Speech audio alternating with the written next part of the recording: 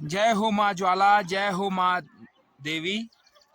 यूं ही उत्तराखंड को देवभूमि की संज्ञा नहीं दी गई है। माँ की शक्तियां और प्रभु की भक्ति करके जो है यहाँ पे लोग लोग कल्याण पाते हैं। ऐसी ही एक यात्रा देवलधार ग्राम सभा से शुरू हुई थी। लगभग 135 दिन की ये यात्रा थी। लगभग कई किलोमीटर, यानी लगा लो तो 500-600 किलोमीटर की यात्रा लगभग ये रही होगी। केदारनाथ भी गई, बद्रीनाथ भी गई, माँ अनसुईया के पास भी गई, हर जगह ये यात्रा गई। और उसके बाद 9 दिन का जो यहाँ पर यज्ञ हुआ, यहाँ पे भागवत कथा हुई, देवी भागवत कथा हुई। उसमें आज जो है पूर्णाहुति के साथ माता ने दोबारा अपने मंदिर गर्भगृह में प्रवेश कर लिया है। 35 साल के बाद यहाँ पर हवन हुआ है और लगभग 43 साल के बाद जो यात्रा हुई है, ये सब प्रमाणिक हैं। ये सब प्रमाणिक हैं। प्रमाण मिला है त्रिजुगी नारायण में, वहां दस्तावेजों को देखकर मिला। और यहाँ पर जो यात्रा हुई है, इसमें कई अजीबो गरीब बातें भी हुई है। माँ की शक्ति का एक परिचय यहाँ पे युवाओं को देखने को मिला है, जो यहाँ पर डोली को लेकर चल रहे थे। डोली कितनी हल्की थी, कितनी भारी थी, किस प्रकार ये लेके गए। हमारे साथ जो है पम्मी जी हैं और साथ में पंकु भी हैं। ये बताएंगे, युवा है और माता के इतने बड़े भक्त हैं कि कोई ऋषिकेश से आया है और कोई अपना काम धाम छोड़कर सुबह से लेकर शाम तक और पूरे 135 दिन तक यात्रा में भी रहा, साथ में यज्ञ में भी रहा, घर परिवार छोड़कर माता की भक्ति में लगे रहे। इसलिए इसको देवभूमि की संज्ञा दी गई, क्योंकि यहाँ पर जो लोग रहते हैं माँ की भक्ति, देवताओं की भक्ति के लिए जाने जाते हैं। इन्हीं से जानेंगे कि वो जो डोली थी उसका क्या वजन इनको लगा, कैसे इन्होंने इस डोली को इतनी दूर तक ले गए। लगभग 1000 किलोमीटर जो इन्होंने यात्रा की, किस कठिन परिस्थितियों में की, ये तो उन्होंने बताई है। पर उसकी भार को देखते हुए, उसकी शक्ति को देखते हुए इन्होंने क्या एहसास किया, इस बारे में भी इनसे जानेंगे। तो पम्मी जी, आप ये बताइए कि जो ये आपको डोली थी, इसकी शक्ति का कैसे एहसास हुआ, यानी कितनी भारी आपको ये लगी।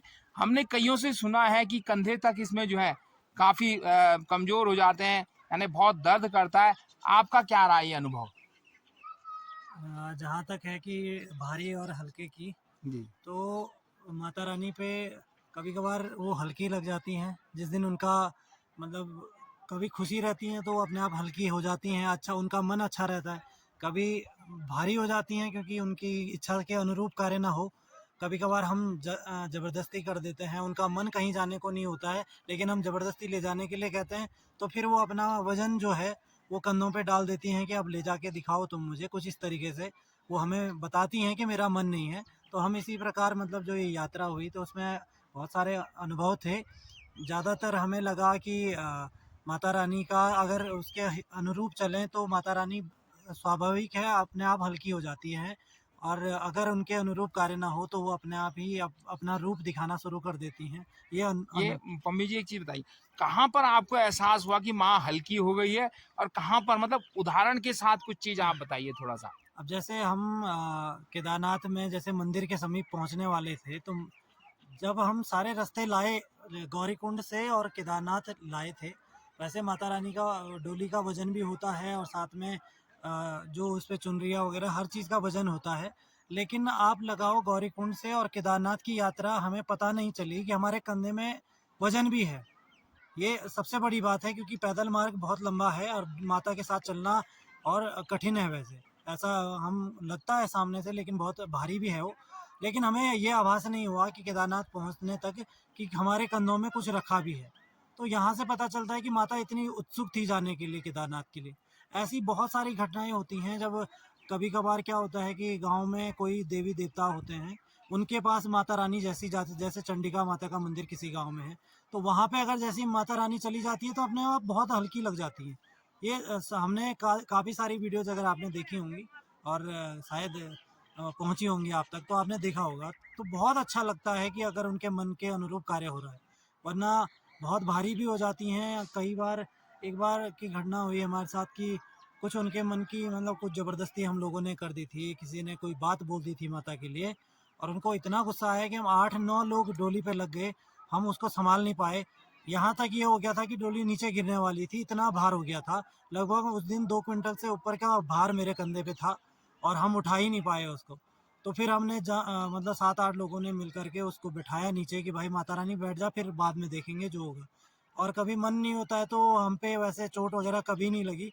लेकिन एक बार मैं ही ज़बरदस्ती कर रहा था उसके साथ, तो मेरे पैर में खून आ गया सीधे, चोट लग गई। तो ये इससे पता चलता है कि मतलब शक्तियाँ हैं, और वो प्रत्यक्ष हमें दिखती तो नहीं है, लेकिन अप्रत्यक्ष रूप से वो हमें आभास ज़रूर करवाती हैं कि मैं हूँ कह के। मम्मी जी एक चीज और बताया, आपने कहा 2 क्विंटल तक, जब माँ गुस्सा हुई तो लगभग 2 क्विंटल वजन था।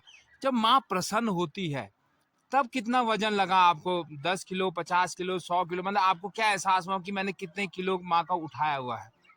वैसे माता रानी का वजन तो क्या होता है, पर हल्की होती हैं तो फिर पता फूल के समान लगता हो। अच्छा। बिल्कुल ऐसा नहीं है, लगता ही नहीं कंधे में कुछ है। जी। आप देखते होंगे कभी कभार कि जब हम चलते हैं माता रानी के साथ, ऐसा लगता है बहुत मजे से चल रही। लेकिन कभी कभार अगर मन नहीं होगा तो ऐसे खुद ही लग जाता है, दूसरे सामने वाला देख के बता देगा कि नहीं, आज माता का मन नहीं है। माता का मन नहीं ये है। हाँ। ये एक बात आपने और बताई कि माँ गुस्सा हो गई थी, तो उस बात को भी शेयर करेंगे कि आखिर ऐसी क्या गलती हो गई हमसे कि वो पुनरावृत्ति ना हो गलती की, माँ नाराज हो जाए, दोबारा कभी हम भविष्य में जाएं माँ के साथ डोली लेकर यात्रा में, तो वो बात ना बोलें, उस बात का एहसास तक ना करें, तो उस बात का अनुभव भी थोड़ा सा अपने शब्दों में बयान कर दीजिए। वैसे वो माता रानी की क्या बोल सकते हैं, जी। लेकिन हो जाता है कभी कभार। इंसान हैं हम लोग, हमसे गलतियां भी होती हैं। तो थोड़ा मनमुटाव था हम लोगों के बीच में, ऐसे ही कुछ। तो उसका असर सीधे माता पे भी, क्योंकि हमारा मन अगर सही है तो माता रानी स्वयं बढ़िया है। बढ़िया है। लेकिन हमारे मन पे भी डिपेंड करता है। तो वही हुआ, थोड़ा सा मनमुटाव चल रहा था, तो माता उस इसलिए उग्र हो गई उग्र थी। हो गई। देखिए यहाँ पे एक बहुत बढ़िया बात आई है कि वो माँ जो हमें पालती है, जो हमें देखती है, हमारे कष्टों को भी हरती है, वो माँ के प्रति हमारा अगर सहृदय है, हमारा प्यार है, तो माँ बिल्कुल फूल की तरह हल्की भी होती है। और कभी जब हमारा मनोभाव थोड़ा सा प्रदूषित हो जाता है, दूषित हो जाता है, इंसान है, गलतियां हो जाती है, तो वही माँ जो है फूल की तरह जो है ना होकर इतनी भारी हो जाती है कि आदमी को उठाना तक मुश्किल हो जाता है। तो ये अनुभव हमने पम्मी जी से वो किए हैं। इनके साथ जो थे, ऋषिकेश से आए, सुबह सुबह चल देते थे और पहुंचते थे यहाँ पर। पंकु जी महाराज हैं, इनका क्या अनुभव रहा, ये क्या कहेंगे? पंकु जी आप अभी बच्चे ही हैं, ज्यादा बड़े भी नहीं हुए हैं, तो आपको कैसी रही यात्रा? मतलब कहाँ आपको लगा कि माँ आपको बहुत असीम शक्तियों के साथ लगी और आपको लगा कि ये ऐसा हो नहीं सकता था पर हुआ, इस बारे में क्या कहेंगे आप? हाँ, मैं तो इतना पैसे परमानेंट रहा नहीं हूँ। हम्म। मैं तो कभी-कभार जैसे जॉब करता हूँ तो छुट्टी मिलती है तो आ जाता हूँ। पर कई बार लगा है कि हाँ भाई, माता के साथ रहे हैं तो ऐसा लगा है कि हाँ, शक्तियाँ हैं। जैसे हम लोग गौरीकुंड पहुँचे थे, तो रात को 10 साढ़े 10 ऐसे ही बज गए थे, तो वहाँ ऐसा नहीं था कि कौन स्वागत करेगा या कुछ। तो जैसे ही माता गौरी माई मंदिर में पहुँची, वैसे ही फूलों का एक पूरा ही गुच्छा जो है माता के छत्तर से लेकर माता के पूरे उस पे आ गया था। जी। तो वहाँ पे माता का स्वागत हो गया था। तो कई जगह ऐसा लगा कि हाँ, माता की शक्तियाँ हैं। और मामा ने भी बहुत ज़्यादा ही मतलब अच्छे से डोली को चलाया। वो नहीं होते तो इतना पॉसिबल ही नहीं था, क्योंकि वो एक ऐसे थे जो जॉब छोड़ के अपना सब कुछ छोड़ के माता के साथ ही थे। पंकज जी तो आप एक चीज बोल रहे थे कि हम इतनी कठिन चढ़ाई में जा रहे थे, 90 डिग्री लगभग एंगल की वो चढ़ाई रही, वहां पर निशान को लेके जा रहे थे, तो निशान कुछ आपको कभी इधर जा रहा बड़ा मुश्किल हो गया था, फिर भी आप जो है चले गए उसको लेकर। हाँ, वो कई बार होता है कि माता ऐसी जगहों पे जा रही है ऊपर जहाँ पे मंदिर है, तो उनके निशान वगैरह भी साथ में आगे पीछे चलते हैं उसके लिए। तो हो जाता है मतलब कि तो काफ़ी मतलब बढ़िया था, मतलब जो भी था एक्सपीरियंस जितना भी था, मतलब पूरी यात्रा बहुत अच्छी रही थी। गांव का वो अनुभव क्या कहेंगे आपकी? गांव वालों तक को नहीं पता है कि हमारे यहाँ पर एक मंदिर भी था, दब गया था, और फिर उसके बाद माँ ने कहा कि यहाँ पे तुम्हारे पूर्वजों का मंदिर है, फिर वहां पर माँ लेकर गई आपको, वो क्या अनुभव रहा आपका? वो तो गांव कौन सा था वो जहाँ? हम्म। हाँ, वहाँ पे ऐसा था कि सर आप ये ज़्यादा बेहतर बताएंगे उस चीज़ को, क्योंकि ये वहाँ पे थे उस हाँ। समय पे। हाँ। क्योंकि वो कोई खेत में था जहाँ पे पांडवों का था उनके कुछ हम्म। पुराना। मम्मी जी इस बारे में क्या कहेंगे आप कि गांव वालों को नहीं पता और डोली माँ तुम्हें लेकर जा रही है? देखो साइंस भी जो है कभी कभी विश्वास नहीं करता, पर इन बातों को लेकर साइंस को भी कहना पड़ेगा कि कोई शक्ति तो है जो हमें खुद को चला रही है, डोली को चला रही है, और जो बता रही है कि हमारे कहाँ पर हमारी साथी रहती थी, कहाँ पर हमारी माँ रहती थी, कहाँ पे हमारी जो है देवी रहती थी। इस पे बारे में क्या कहेंगे? टंगड़ी गाँव शायद था वो। टंगड़ी गाँव में पांडवों, छोटे बच्चों के पांडव नृत्य होते हैं वहाँ पे। हम्म। बड़ों के भी होते हैं, लेकिन एक ये है कि 18 साल से नीचे वालों के होते हैं, एक उनसे ऊपर वालों के। तो शायद उन्होंने वहाँ कभी पूजा करी होगी उस जगह पे, और वो शायद भूल गए उस चीज़ को। तो हम तो नए नए थे उस गांव में, डोली को लेके गए वहाँ। जाख राजा भी बाहर आ रखे हैं, आजकल यात्रा पे हैं वो भी। तो सबसे पहले तो माता रानी 4 बजे लगभग शाम को पहुंची वहाँ पे।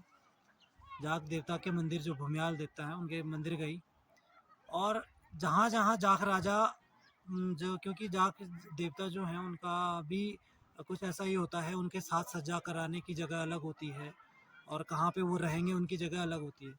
तो माता रानी स्वयं मतलब उन सारी जगहों को घूम करके जहाँ पे जाख राजा तैयार हुए, समझो जहाँ पे उनको तैयार किया गया, वहाँ पे भी गई। वो एक गुफा टाइप की थी, तो हमें क्या पता होना था, लेकिन माता स्वयं गई वहाँ पे, फिर उस गुफा में चली गई। उसके बाद एक खेत था, वहाँ पे जाख राजा रहे थे, वहाँ पे खड़े किए थे, तो वहाँ पे भी माता रानी उस जगह पे जहाँ पे खड़े किए स्वयं वहाँ पे पहुँच गई। वहाँ पे चुनरी वगैरह दी माता ने, माला वगैरह दी। उसके बाद नीचे खेतों में आई। लगभग 2 घंटे लगे हमें ये भ्रमण ऐसी में, क्योंकि जाग देवता की काफ़ी जगह थी वहाँ पे घूमते घूमते। 6 बज गए, लेकिन ठीक अंधेरा हो रहा था। तो एक खेत था वहाँ पे, और ये बिच्छू घास होती है, कंडाली वगैरह हो रखी थी वहाँ पे।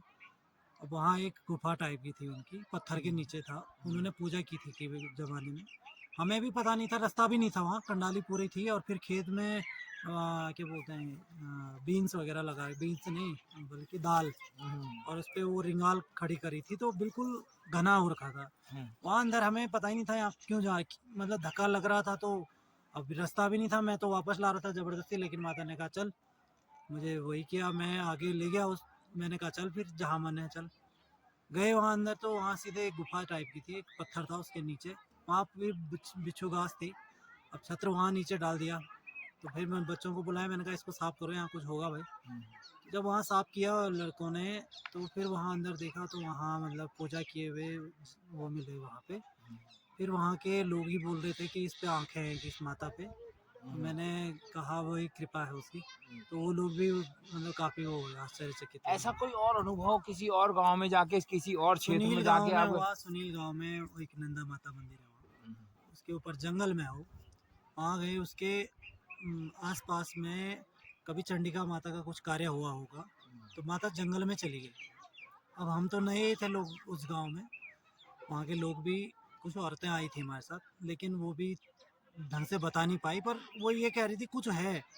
तो माता एक पत्थर में चली गई वहाँ। तो बाद में पत्थर में घूमी, वहाँ पे परिक्रमा की, तो वहाँ पे चुनरी भी दी माता ने स्वयं। उसके बाद वही लोग, कुछ बुजुर्ग आए तब, माता जब वापस नहीं आ रही थी वहाँ से, तो उन बुजुर्गों ने बताया, जो काफ़ी मतलब 80-90 साल के होंगे, कि यहाँ पे कभी चंडिका माता का कुछ हुआ था वहाँ पे। तो कह के तो फिर वो भी मान गए इस चीज़ को कि हाँ यार है, शक्ति है, कोई है। शक्ति है।